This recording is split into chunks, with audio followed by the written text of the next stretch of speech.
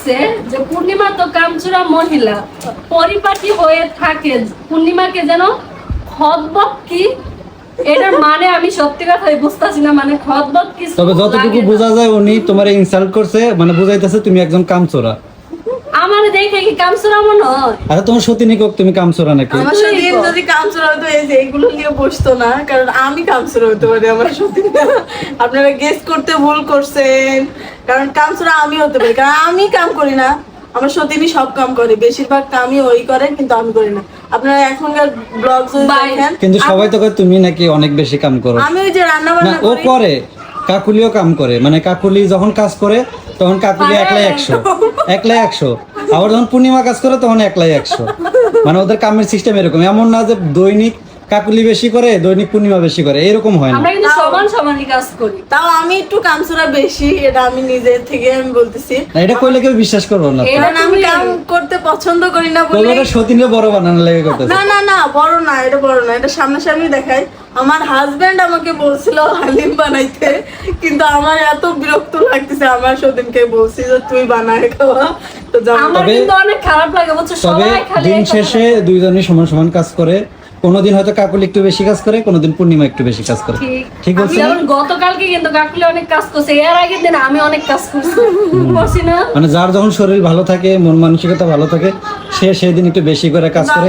আবার মাঝে মধ্যে দুইজনই একবারে সেই কাম করে সকাল থেকে সন্ধ্যা পর্যন্ত। এই আমি বলি এখন মানে বর্তমানে আমার সতীনের মানে মুভমেন্ট অনেক ভালো।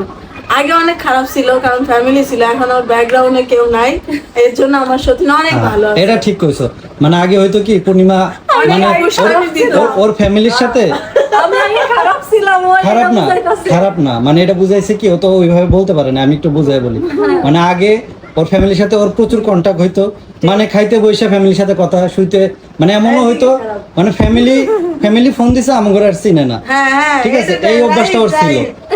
তো ফ্যামিলির প্রাধান্য দিত বেশি, আবার ফ্যামিলি একটু কিলিকবাজিও করতো, যেটা নিয়ে আমাদের সংসারে একটু মন কালাকালি হইতো। মন কালাকালি বলতে কি, কাকুলির সাথে না, আবার আমার সাথে মন কালাকালি হইতো।